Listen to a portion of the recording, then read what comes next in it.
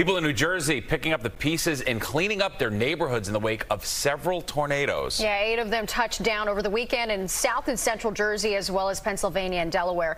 Fox 5's Sharon Crowley is here now with a look at the devastation left behind. Sharon. Yeah, that's right, Natasha. There are still some power outages tonight, and the cleanup is underway. Homeowners trying to assess the damage, and many telling Fox 5 they simply did not expect tornadoes to hit New Jersey. Everything's like demolished in the rooms. Like there's nothing at all. Howell Township, New Jersey resident Jennifer Ruiz and her family are looking for a new place to stay until their home can be repaired. A tornado ripped the roof right off. Everyone was like scared, crying, like, not knowing what to do. Nobody's really prepared for this. Around here, we never really experienced it here. The National Weather Service has confirmed at least 6 twisters touched down in Jackson, Howell, Seagirt, and Burlington County over the weekend. The inflatable bubble over a giant sports complex in Jackson collapsed, as you can see. It's near Six Flags Great Adventure in Ocean County. Six Flags was shut down today.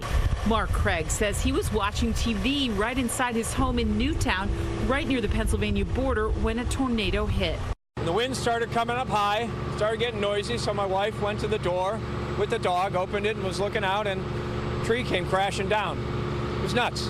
Though there's still plenty to clean up, these New Jersey families feel lucky considering the fierce storms that killed people in the South. We've been counting our blessings ever since this happened because I see footage in other parts of the country and it's horrendous. Falling trees brought down power lines and caused power outages here in Cinnaminson in Burlington County. Big, huge boom, sparks everywhere.